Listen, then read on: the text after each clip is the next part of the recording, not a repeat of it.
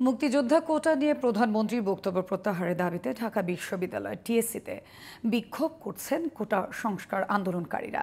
একই সাথে অতি দ্রুত জাতীয় সংসদে কোটা সংস্কার আইন পাশ করারও দাবি জানিয়েছেন তারা।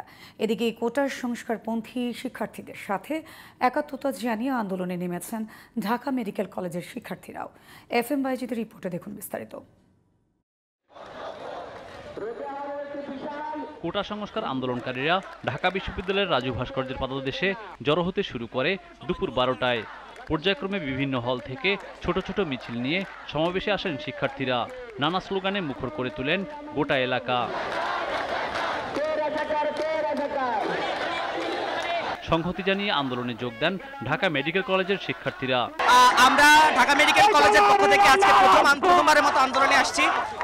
আমরা কেন্দ্রীয় যে আন্দোলনের কেন্দ্রীয়ভাবে যারা আন্দোলন সামনে এগিয়ে নিয়ে যাচ্ছে, যারা বঙ্গভবনের দিকে বঙ্গভবনে স্মারকলিপি দিয়েছিলেন, আমরা তাদের সঙ্গে একাত্ম হয়ে আন্দোলন চালিয়ে যাবো, তারা যতদিন চালায়। কোটা 56%, এটা অনেক বেশি।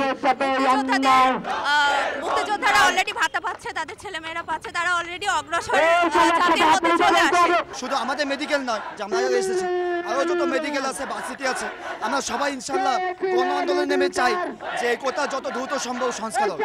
সবাই কি রাজাকার নাকি, এ ধরনের বক্তব্য আমরা প্রত্যাহার চাচ্ছি। চীন সফর পরবর্তী সংবাদ সম্মেলনে কোটা নিয়ে প্রধানমন্ত্রী দেওয়া বক্তব্য প্রত্যাহারের দাবি জানান আন্দোলনকারীরা। আমরা রাজাকার বলতে এটা বুঝাইনি, আমরা রাজাকার, আমরা বুঝেছি যে আমাদের লজ্জা হচ্ছে, এই জন্য আমরা এই কথা বলছি। আমাদেরকে রাজাকার কেন বলা হচ্ছে?